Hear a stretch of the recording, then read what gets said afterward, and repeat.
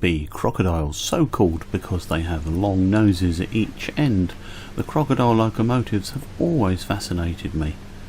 Built between 1919 and 1927 for the SBB, the Swiss Federal Railways, they were designed for hauling heavy freight trains up the steep railways of Switzerland. The electric motors available at the time were large and had to be body mounted. Flexibility was required to negotiate the tight curves on the alpine routes and tunnels. An articulated design, with two powered nose units bridged with a pivoting centre section containing cabs, and the heavy transformers gave excellent visibility from the driving cabs, mounted safely away from any collisions.